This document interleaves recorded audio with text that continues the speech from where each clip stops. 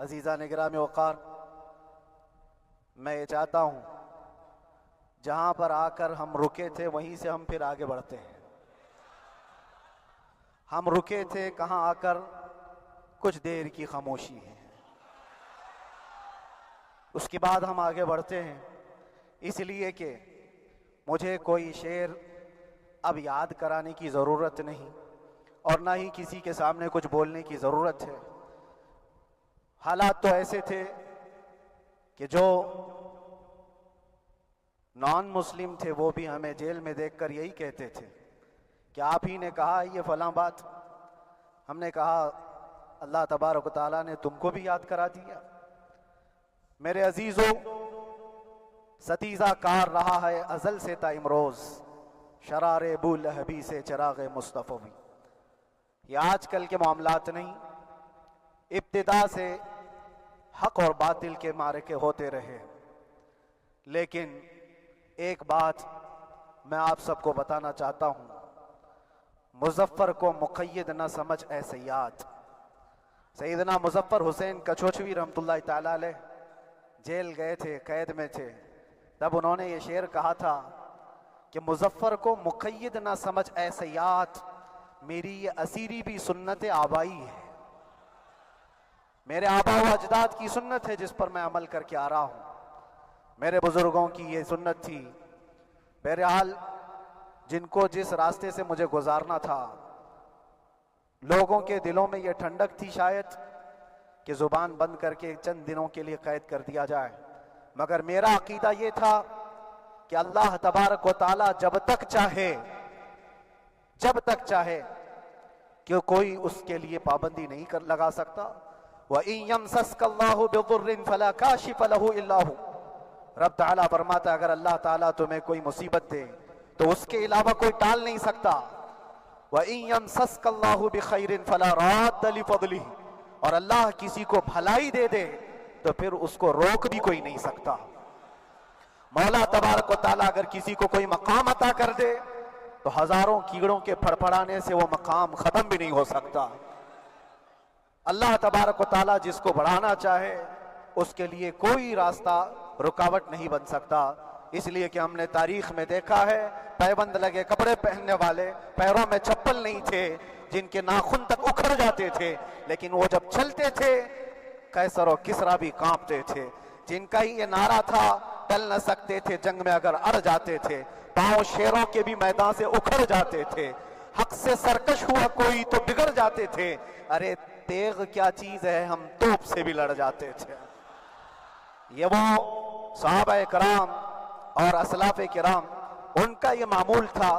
بظاہر ان کے پاس کوئی اسباب نہیں تھے لیکن اللہ کی مدد تھی۔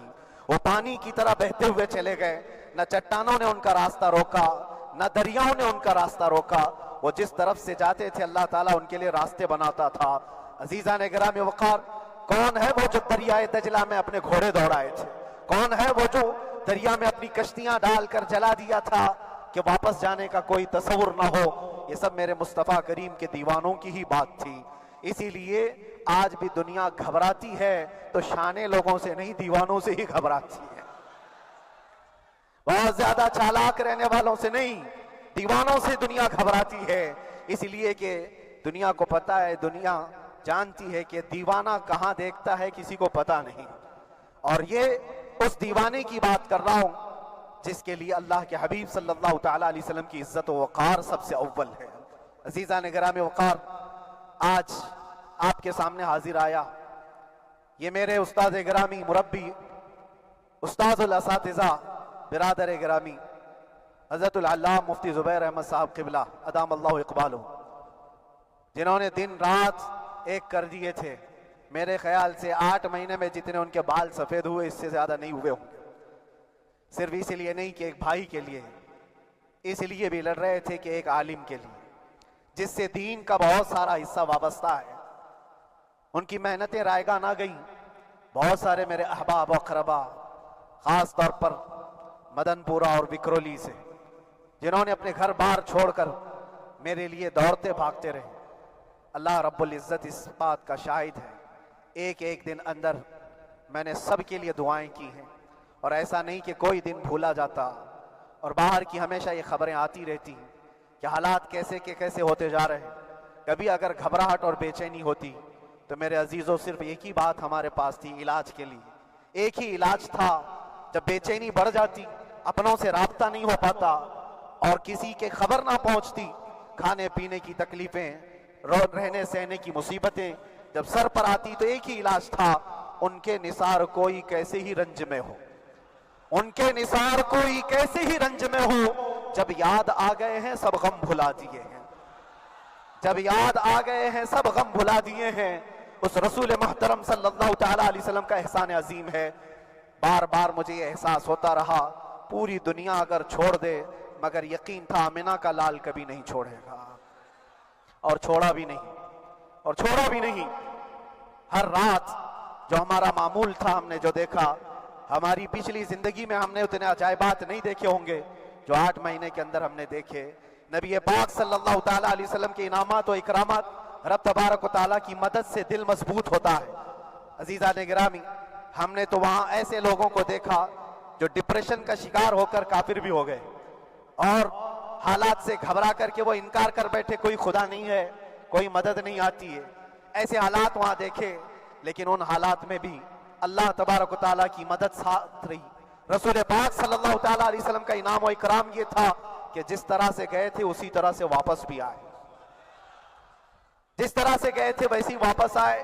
اور نہ میرے مصطفیٰ نے باہر میری عزت میں کمی کی، نہ اندر عزت میں کمی کی، کہیں پر بھی نہیں. الحمدللہ جس شان کے ساتھ رسول پاک صلی اللہ تعالیٰ علیہ وسلم اپنے چاہنے والوں کو رکھتے ہیں وہ میں نے دنیا میں دیکھا. اور پھر یہ عرض کیا آقا آج آپ کی عزت پر بات کرنے والے کو چاہے وہ 1000 کال کوٹری کے اندر ہو آپ عزت کے ساتھ بٹھاتے ہیں تو پھر قیامت کے دن اس کی عزت کا کیا حال ہوگا.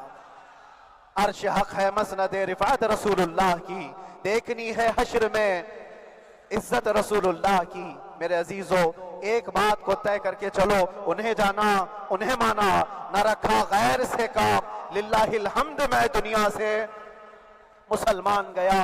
اس ایک بات میں جو عزت ہے دنیا کے کسی مقام و منصب اور مرتبے میں عزت نہیں ہے.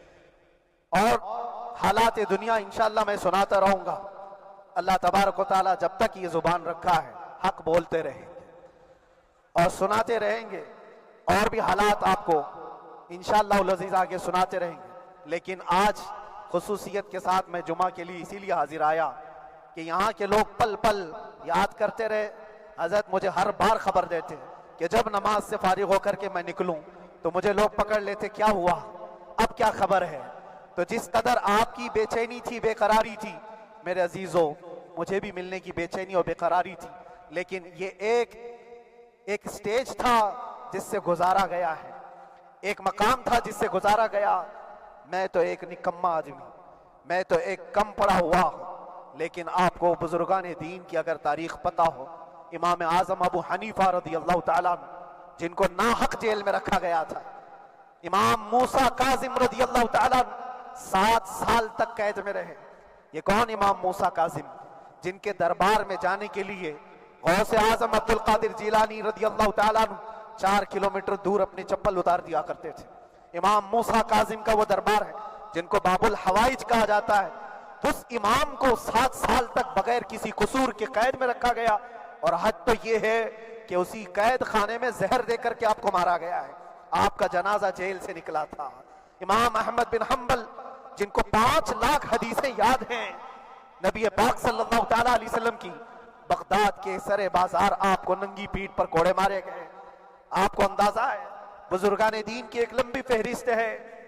جب میں وہاں گیا تھا تو ایک بزرگ کی بڑی یاد آئی، وہ تھے حضرت مجدد الفسانی رضی اللہ تعالیٰ. اکبر جیسے ڈکٹیٹر کے سامنے، اس زمانے کے سب سے بڑے ڈکٹیٹر بادشاہ کے سامنے آپ نے حق بات کا اعلان کیا تھا. مجدد الفسانی رحمت اللہ تعالیٰ علیہ نے فرمایا تھا کہ اسلام نام سے جو دین ہوگا وہ محمد عربی کا لایا ہوا ہی دین ہوگا، کسی اور بادشاہ کا بنایا ہوا نہیں ہوگا. اس بات پر آپ کو قید میں ڈالا گیا تھا، 8 سال تک قید میں رکھا گیا. 8 سال میں بادشاہ مر بھی گیا، بیٹا بادشاہ بنا، لیکن کسی نے آ کر جہانگیر کے سامنے یہ بات رکھی کہ آپ کے باپ نے جس مولانا کو قید میں ڈالا تھا گوالیار کی جیل میں، 8 سال میں جیل کا نقشہ بدلا ہوا ہے. تو بادشاہ نے پوچھا ہوا کیا ہے؟ کہا کہ اس مولانا نے 8 سال میں تقریباً 700 قیدیوں کو عالم بنا دیا ہے. درس حدیث، درس تفسیر، قرآن کا علم، نمازیں جماعتوں سے وہاں اس طرح ادا ہوتی ہیں جیسے لگتا ہے گنبد خضرا کی چھاؤں میں ہے. رب تبارک و تعالیٰ کا یہ احسان عظیم تھا. ان 8 مہینوں میں بحمدہ تعالیٰ میں نے اپنی لائف میں کبھی اتنی امامت نہیں کی تھی جتنی وہاں امامت کیا. اس لیے کہ پابندی نہیں ہو پاتی. جب امام رہا مسجد میں چھٹیاں ہوا کرتی تھی، ادھر ادھر آنا جانا، لیکن وہاں پر کبھی کسی نماز میں چھٹی نہیں ہوئی. اور امامت اللہ تبارک و تعالیٰ کو جہاں لینا ہے وہاں لیتا رہے. اور مجھے اس بات کا تھوڑا قلق تھا. 24 سال سے میں تراویح سنا رہا تھا. 24 تراویح ہو چکی تھی. رمضان المبارک کا 24 گزر چکے تھے. 25واں سال تھا. ظالموں نے مجھے رمضان سے پہلے اندر کر دیا. بار بار یہ خواہش ہوتی تھی کہ میری تراویح چھوٹنے نہ پائے. 25ویں تراویح ہے، 25ویں محراب ہے، لیکن رب تبارک و تعالیٰ کا احسان، اندر موجود سارے مسلمانوں نے یہ مطالبہ کیا کہ ہم یہاں جماعت سے تراویح قائم کریں گے. اور اب تک لوگ الم تری کیف والی تراویح کبھی کبھار پڑھ لیا کرتے ہیں، لیکن سارے لوگوں نے مل کر کے یہ اتفاقاً کہا کہ ہم پورا قرآن آپ سے سننا چاہتے ہیں. کیسے کیسے قیدی تھے، کیسے کیسے کرائم والے تھے. میں نے کہا آج میں ایک دن پڑھاتا ہوں، ایک پارہ پڑھوں گا، آپ کو اگر لگے تو بتا دینا، بھاری پڑ جائے، کیونکہ لوگ سارے کرمنل ہیں اور کئی طرح کے جرائم کیے ہوئے لوگ ہیں. نماز دین سے کہاں زیادہ رشتہ. کہا ہو سکتا ہے یہ گھبرا کر بھاگ جائیں. ایک دن پڑھاؤں گا، اگر آپ کو لگے تو بول دینا، نہیں تو کل سے الحمدللہ. پہلے دن تراویح پڑھائے. دوسرے دن سارے لوگوں نے کہا آپ نے ایک پارہ پڑھایا ہے، سحری تک بھی پڑھائیں گے تو انشاءاللہ کھڑے رہیں گے. یہ جو استقامت، یہ ساری چیزیں دلوں کا جمع ہونا اور ہماری طرف دلوں کو پھیر دینا بغیر اللہ کی مدد کے نہیں ہوتا. رسول پاک صلی اللہ تعالیٰ علیہ وسلم کے کرم و احسان کے بغیر نہیں ہوتا. وہ تراویح بھی پڑھتے رہے، تفسیر قرآن بھی سنتے رہے اور قرآن کی تعلیم بھی لیتے رہے. پھر مجھے اندازہ یہ ہوا کہ رب تبارک و تعالیٰ کی منشا یہ تھی کہ ہماری تراویح کی محراب کی سلور جبلی جیل کے اندر ہو جائے. مجھے اس بات کا کوئی قلق نہیں رہا کہ میری کوئی چیز چھوٹ گئی ہے. ہاں، عید، بقرعید، محرم، یہ تمام چیزیں لوگوں کی یاد تو رہتی، رشتہ دار، احبا، اقربا کی یاد، لیکن اللہ کی مرضی. میرا رب تبارک و تعالیٰ جو پسند کرے اس میں ہم راضی ہیں. اگر مولا یہ چاہتا ہے کہ میں تنہا پڑھوں تو اس کی رضا میں ہم راضی ہیں. اگر وہ چاہتا ہے کہ مجمع ہزاروں میں ہم نماز ادا کریں تو اس کی مرضی پر ہم قائم ہیں. عزیزان گرامی وقار، صبر و سکون کے ساتھ جو حالات گزرے اس میں سب سے بڑا کردار آپ سب کی دعاؤں کا ہے. سب کی دعاؤں کا. مشائخ، سارے پیران اعظام، تمام سلاسل کے اور ہر مسجد کے امام اپنے محراب اور ممبر سے جو دعا کرتے رہے، یہ سارا ذخیرہ میرے لیے اتنا بڑا ہے جس کو میں بیان نہیں کر سکتا. ہر ایک کی جانب سے دعائیں، عورتوں، بچوں کی طرف سے منتیں، روزے، نہ جانے کیا کیا کر لیا. پھر مجھے اندازہ ہوا کہ صرف اپنے آرام، اپنے راحت کے لیے پھڑپھڑانے سے کچھ نہیں ہوگا. رب تبارک و تعالیٰ یہ چاہتا ہے کہ پوری امت مل کر کے اس فقیر کے لیے دعا کرے. اور اللہ تعالیٰ کو جب تک منظور تھا تمہاری دعائیں ہوتی رہی. بعض لوگوں کو یہ خیال بھی آیا، کچھ میرے احبا اقربا رشتہ داروں نے بھی کہا اتنی ساری دعائیں ہوئیں قبول کیوں نہیں ہوتی. ایک بات یاد رکھو، پوری دنیا مل کر کھڑے ہو کر دعا کرے. اللہ کی قدرت پر کوئی کام کرنا واجب نہیں ہے. اللہ پر کوئی چیز واجب نہیں ہے. اگر وہ اپنے فضل سے عطا کر دے تو اس کا احسان ہے، اس کا احسان ہے. اب چاہے وہ سال بھر میں قبول کرے کہ 5 سال میں قبول کرے. ایک بات یاد آتی ہے میرے عزیزوں، ہماری قید تو 8 مہینے کی ہوگی. ان بزرگان دین کی قید 8 سال، 7 سال. امام محمد بن حسن عسکری 20 سال تک قید میں رہے. 20 سال تک اندر سلاخوں کے پیچھے بند رکھا گیا. یہ اہل بیت اطہار ہیں، ائمہ اعظام ہیں. ان کی تکلیفیں دیکھ کر پھر ہماری تکلیف چھوٹی لگتی اور پھر نبی پاک صلی اللہ تعالیٰ علیہ وسلم کی یاد آتی. صرف اس بات کا ہمیں فخر تھا کہ تم نے کبھی چوری کے الزام میں تو نہیں گرفتار کیا، کسی گھنانے الزام میں تو نہیں گرفتار کیا. ہاں، اگر کسی بات پر گرفتار کیا ہے تو ان سے پوچھو تو اب یہ بولنے میں بھی شرم کرتے ہیں.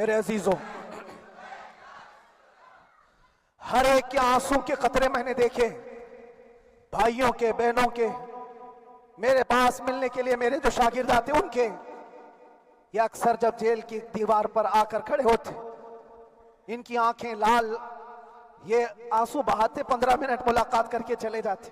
آپ کو کیا اندازہ ہے اندر کے حالات ایک دن ایک سال کے برابر لگنے لگتا ہے، گھٹتے رہتے، لیکن ایک بات کا احساس بار بار ہوتا کہ یہ ساری محبتیں ایک طرف ہے، لیکن ہم جس کے لیے کھڑے ہوئے ہیں اس کی محبت میں کوئی سمجھوتا نہیں، اس کی محبت میں کوئی سمجھوتا نہیں۔ ایمان اسی کا نام ہے، لا یؤمن احدکم حتی اکون احب الیہ من والدہ وولدہ والناس اجمعین۔ تم میں سے اس وقت تک کوئی پورا مومن نہیں ہو سکتا جب تک کہ اپنی اولاد، اپنے مال دولت، اپنے ماں باپ، سب سے زیادہ اپنے رسول سے محبت نہ کرے۔ دعا یہی کرتے رہو جب حضور پاک کا معاملہ آئے تو ساری دنیا ایک طرف ہو جائے۔ میں نے ایک واقعہ پڑھا تھا اندر ہی، حضرت خالد بن ولید رضی اللہ تعالیٰ ایک قلعے پر اچانک حملہ آور ہوئے تھے۔ وہ قلعے میں موجود جو دشمنان اسلام تھے ان کی پارٹی چل رہی تھی، بڑے بڑے قالین، صوفے بچھے ہوئے، تشتوں میں قیمتی کھانے رکھے ہوئے تھے۔ خالد بن ولید کے ساتھ جو لشکر ہے، یہ تو وہ غریب صحابہ تھے جو پیون لگے کپڑے پہنتے، ایک کھجور پر پورا دن گزارتے۔ جب یہ اس قلعے پر حملہ آور ہوئے تو دشمنان اسلام جو تھے وہ مقابلہ کرنے کی ہمت نہ جٹا سکے، بھاگ گئے، سب سارا مال سب چھوڑ کر بھاگ گئے، بغیر کسی جنگ کے، بغیر کسی قتل قتال کے پورا قلعہ فتح کیا خالد بن ولید۔ اب سنو، جو صحابہ تھے وہ مال غنیمت جمع کر رہے تھے، کیونکہ یہ عرب کے لوگ ایسے مہنگے قالین نہیں دیکھے تھے، ایسے مہنگے صوفے، اتنی قیمتی غذائیں انہوں نے دیکھی نہیں تھی۔ سب جمع کرنے لگے، سب جمع کرنے لگے۔ خالد بن ولید نے کہا خبردار ہاتھ مت لگانا، سب ہٹ جاؤ۔ سب ہٹ گئے، چند صحابہ کو بلایا، یہ سب جمع کرو، اس کو آگ لگا دو۔ پورا مال غنیمت جو تھا آگ لگا دیا۔ تو جو صحابہ تھے وہ کہنے لگے کیا یہ اچھا ہوتا ہے یہ سب میں آپ تقسیم کر دیتے، یہ بہت قیمتی چیزیں ہیں، عرب میں ہم لے جاتے تو یہ بہت مہنگی چیزیں ہیں۔ خالد بن ولید نے کیا کہا جانتے ہو؟ کہا اگر تم کو بھی ان تمام چیزوں کی عادت لگ جائے تو تم بھی ویسے ہی بھاگو گے جیسے یہ بھاگے۔ یہ آج جو ہمارا مقابلہ کرنے کی طاقت نہ لا سکے اور بھاگ گئے، اس کی وجہ یہ ہے کہ وہ عیش پرست ہے، عیاشی ان کے اندر تھی جس کی وجہ سے وہ کھڑے نہ ہو سکے۔ اور جب یہ عیاشی آئے گی تم کھڑے نہیں ہو سکو گے، کھڑے نہیں ہو سکو گے۔ آج میں یہی بات دہرانا چاہتا ہوں، جو بڑے بڑے چہرے لے کر بیٹھے ہوئے ہوں، وہ سیاسی اثر و رسوخ رکھنے والے بھی کمفرٹ زون میں رہنا چاہتے ہیں۔ میں چند لوگوں کو چھوڑ کر کہہ رہا ہوں، اکثر کا حال یہ وہ سوچتے ہیں کہ ہمارے اس دائرے سے نکلیں گے تو ہمارا عیش خطرے میں آ جائے گا، گھر بار خطرے میں آ جائے گا۔ یہ دنیا کی محبت انسان کو بزدل بناتی ہے، بزدل بناتی ہے۔ اس لیے میرے عزیزوں، آپ جب کبھی یہ بات آئے، ایک طرف میرا پورا خاندان، ایک طرف میرے عیش کی زندگی اور ایک طرف رسول پاک کی عزت کا معاملہ، تو آپ مجھے بتاؤ آپ کس بات کا فیصلہ لیں گے؟ اسی بات کا فیصلہ لینا ہوگا نبی پاک صلی اللہ تعالیٰ علیہ وسلم کی عزت کی خاطر تمہیں اس بات کا فیصلہ لینا ہوگا۔ اپنا سب کچھ گنبد خضرا کل بھی تھا آپ، میرے نبی سے میرا رشتہ کل بھی تھا آپ، اور بتلا دو گستاخ نبی کو غیرت سنی زندہ ہے، ان پہ مر مٹنے کا جذبہ کل بھی تھا آپ۔ بس یہ جذبہ باقی رہے۔ ہم کسی کو لڑنے کے لیے، مرنے کے لیے، مارنے کے لیے میدانوں میں اتارنے کی بات نہیں کرتے۔ میں اکثر اپنی تقریروں میں کہا کرتا ہوں، یا آپ سے پہلے بھی کیا، اگرچہ میری تقریروں کو ڈائیورٹ کیا جاتا ہے، آج بھی بہت لوگ ہوں گے، بلکہ آج مدن پورہ کا یہ پہلا جمعہ ہے، مجھے اندازہ ہے پورا ہندوستان نہیں باہر بھی سب کی نظریں اس پار ہیں کہ آنے کے بعد یہ کیا بولتا ہے، آنے کے بعد یہ کیا بولتا ہے۔ سب اسی انتظار میں ہیں۔ میں سب کو ایک ہی میسج دوں گا، آنے کے بعد وہی بولے گا جو پہلے بولتا تھا۔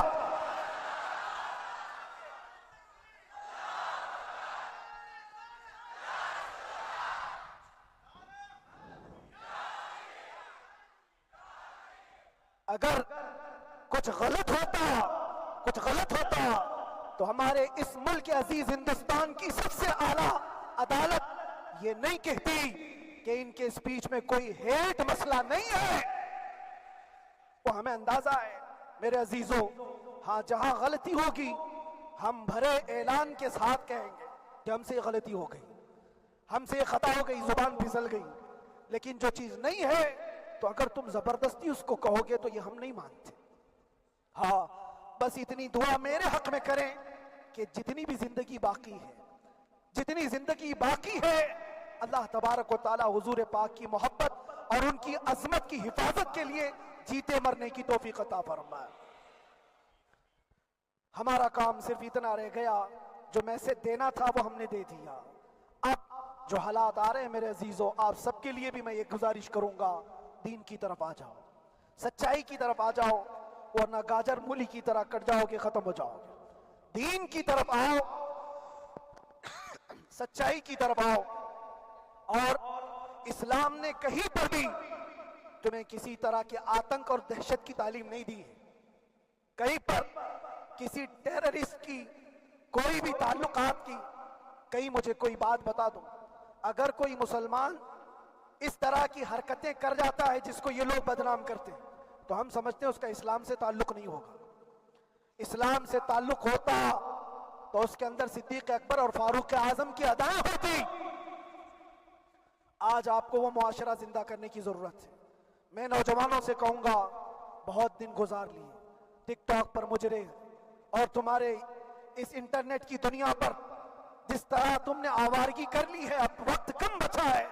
آ جاؤ میرے نبی پاک کی گنبد کے چھاؤں میں, عزت وہیں پر ہے, انہی کے قدموں میں عزت ہے, اور یہاں پر بھی ہے اور آخرت میں بھی ہے, آخرت میں بھی ہے. بس اس عزت کے لیے آپ سب سے میں گزارش یہ کروں گا, سچائی کی طرف واپس آ جاؤ, سچائی کی طرف واپس آ جاؤ. جو تمہاری نمازیں باقی ہیں اس کو پوری کر لو, اس سے پہلے کہ دنیا تم پر نماز پڑھ دے, اس سے پہلے کہ تمہارے جنازے کی نماز پڑھی جائے, اپنی نمازیں کمپلیٹ کر لو. اور علماء ذویل احترام کا ادب و احترام اپنے اندر رکھو. صرف اس بات کے لیے آپ کو میں احساس دلانا چاہتا ہوں کہ مجھے جس راستے سے گزارا گیا, جتنے دن قید و بند کی صحبتیں گزاری گئی, یہ صرف یہ میسج دینا تھا کہ پھر اس مولانا کا یہ ہو سکتا ہے تو چھوٹے چھوٹوں کی کیا کر دیں گے. ایسا اگرچہ آ جائے موقع تب بھی گھبرانے کی ضرورت تھی. آپ کو پتا ہے اس ملک عزیز ہندوستان کی آزادی میں 30,000 علماء کو پھانسیوں پر لٹکایا گیا. انگریزوں نے 30,000 علماء کو کشمیر سے لے کر دلی تک ہر درخت پر ایک عالم کی لاش لٹکتی تھی. انہوں نے قربانیاں دی ہیں, قربانیاں بزرگان دین کے علماء ذویل احترام کی ہوئی ہیں. یہ اور بات ہے کہ اس جنریشن نے آج ہم کو دیکھا تو ان کو بہت بڑا لگتا ہے. یہ کوئی بہت بڑی بات نہیں تھی, بہت بڑی بات نہیں تھی. اس پروسیس سے بہت سارے علماء کو گزارا گیا ہے. سرکار مجاہد ملت رحمت اللہ تعالی علیہ ایمرجنسی کے زمانے میں 18 مہینے تک قید میں گزارے, 18 مہینے تک ایمرجنسی, وہ بھی ڈکٹیٹر کا زمانہ تھا. اس زمانے میں بھی آپ اندر رہے, لیکن باہر آنے کے بعد نہ آپ کے مشن میں کوئی کمی آئی, نہ آپ کی زبان میں کوئی لکنت آئی. اللہ والے جو ہیں وہ اللہ کی رضا کی طرف اور رسول پاک کی رضا کی طرف ہوتے ہیں. ہم سب بھی اس مشن کو آج یہاں سے زندہ کرتے ہیں. جہاں سے ہم چھوڑے تھے وہیں سے آگے بڑھتے, جہاں سے ہم چھوڑے تھے وہیں سے ہم آگے بڑھتے ہیں. کسی کو اگر کچھ برا لگتا ہے تو وہ اس کے سمجھ کا قصور ہے, اس کے فہم کا قصور ہے. ہم نے کسی کو ٹارگٹ کر کے کبھی کہا نہیں, بلکہ یہ تو کامن بات ہے, ایک تو کامن کہی جانے والی بات ہے. فخر سے اگر کوئی آدمی اپنے گھر میں کہے, کیا بات ہے مولانا آج صبح سے تمہارے گھر میں کچھ ہلچل نہیں ہے, کچھ ہلچل نہیں ہے. ہو سکتا ہے تمہارے گھر میں کوئی نہ ہو, تم اکیلے بیٹھے ہو, بیوی کہیں گئی ہے, ماں کہیں گئی ہے, گھر میں کوئی بنانے والا نہیں ہو, گھر میں خاموشی ہے, تو تم اگر اس کو جواب دے دو کہ کچھ دیر کی خاموشی ہے, شام میں آ جائے گی, کچھ دیر کی خاموشی ہے, شام میں آ جائے گی, تو کیا گناہ کیا, کیا گناہ کیا؟ اس کے حالات پر وہ بول رہا ہے, اس کے گھر میں خاموشی ہے اسی لیے بول رہا ہے. ہم نے بھی اسی لیے کہا کچھ دیر کی خاموشی, اس لیے کہ ہم جانتے ہیں اسلام وہ نہیں ہے جو یہاں دکھ رہا ہے آج. اسلام تو وہ تھا جو صدیق اکبر کے زمانے کا تھا. اسلام تو وہ تھا جو فاروق اعظم کا تھا. اسلام تو وہ تھا جو عثمان غنی اور حیدر کرار کا تھا. وہ جو ہلچل تھی وہ خاموش ہے. صلاح الدین ایوبی کا دور تھا، وہ اسلام کی ہلچل تھی. تو میرا گھر آج خاموش ہے، اس لیے تو میں پکار کر کے رہا ہوں کچھ دیر کی خاموشی ہے، اور ہمیں اپنے رب سے یقین ہے یہ خاموشی ایک شام ٹوٹے گی، کوئی صلاح الدین آئے گا.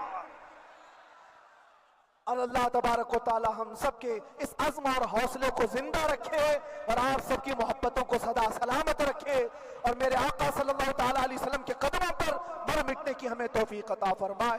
وآخر دعوانا الحمدللہ رب العالمین. لبیک یا رسول اللہ.